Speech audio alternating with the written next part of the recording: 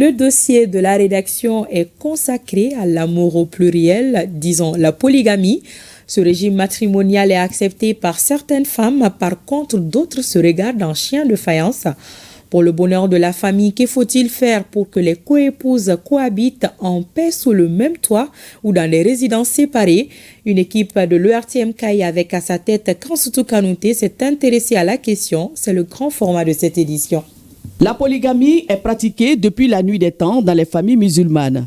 De nos jours, de nombreuses coépouses vivent dans des familles polygames, partagent souvent un mari et peuvent vivre ensemble ou dans des résidences séparées. Prendre plusieurs femmes avant chez nous en Afrique, ça signifie la richesse. Parce que tu peux faire un grand champ et tu as beaucoup d'enfants aussi. Ils peuvent t'aider à faire les travaux champêtres. Ce phénomène est prévu par la législation malienne. C'est accepté aussi dans la religion musulmane. Les relations peuvent être difficiles, allant de la coopération à la rivalité. Comment les coépouses doivent cohabiter pour le bonheur de la famille? Après mon mariage, je rejoins le domicile de mon mari. La première épouse m'a accueillie à bras ouverts. Elle m'a prise comme son enfant, comme sa sœur, mais pas comme une rivale.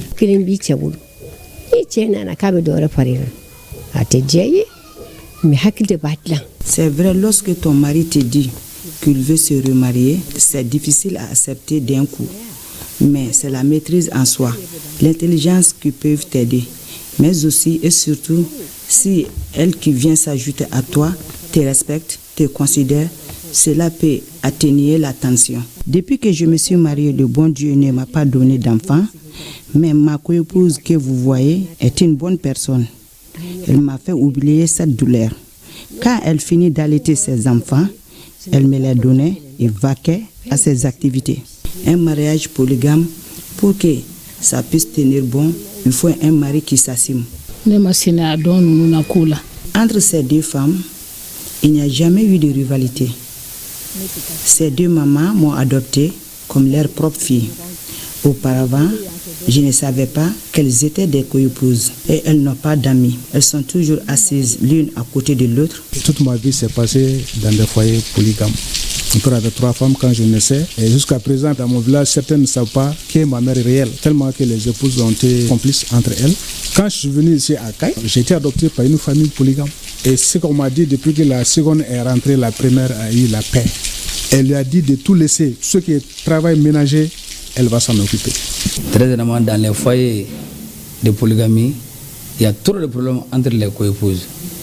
Ces problèmes tiennent au fait qu'il y a trop de jalousie entre les épouses. C'est que nous voulons avoir à elles seules le mari. Et ces conflits, leur cause aussi est due au fait que souvent, les hommes aussi ne sont pas justes entre ces deux épouses et même dans le traitement à l'égard des enfants. Dans un foyer polygame, pour qu'une cohabitation soit harmonieuse, il faut que les hommes assurent pleinement leurs responsabilités en traitant leurs épouses avec justice et respect. Notre mari était très juste entre nous. Il nous achetait des habits chaque année. Il prenait des congés pour se rendre à Dakar chez sa sœur et il en profitait pour nous acheter plein de choses. Il faisait 2 valises et c'était sa petite sœur qui choisissait nos habits. Ma coépouse et moi, nous n'avons jamais connu de rivalité.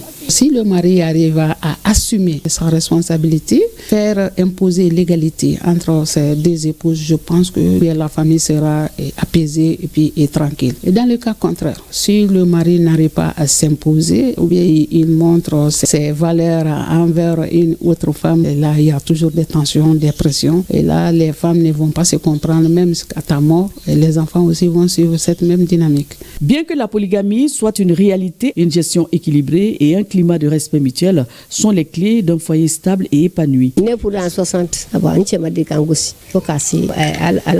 Je me suis mariée en 1960 et mon mari ne m'a jamais porté main, il ne m'a jamais insulté. J'invite les jeunes mariés à respecter leur coépouse, surtout celles qui vous ont dévancé. Bien que l'homme s'efforce d'être équitable, la rivalité et la jalousie empêchent les femmes de s'accepter et cela peut mener à des bagarres, des disputes entre autres. Au niveau de notre juridiction, souvent nous enregistrons des cas.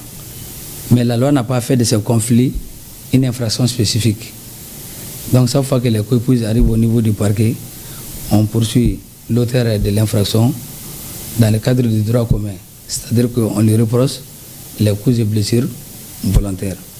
Mais souvent que ces coups-là sont des coups très très aggravés. Souvent on peut même enregistrer des cas d'amputation. Il y a des cas souvent même de coups mortels. Bon, c'est rare, mais souvent ça peut arriver.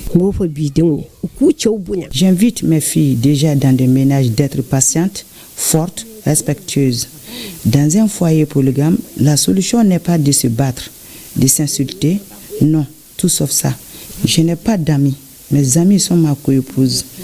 Ses parents, mes parents et nos enfants. Le prophète paix salut soit sur lui. Je crois qu'avec ses épouses, on nous a donné l'exemple d'une bague qu'il a fait pour une de ses épouses. Et elle pensait qu'elle était la seule à l'avoir. Et elle en parlait. Et l'autre aussi, et toutes les quatre parlaient de leur bague. Elle n'a dit à personne qu'il a fait une bague pour l'autre. Pourtant, chacun a sa bague. Donc, c'est un exemple de justice, de droiture. Et c'est tout ce qu'on nous demande.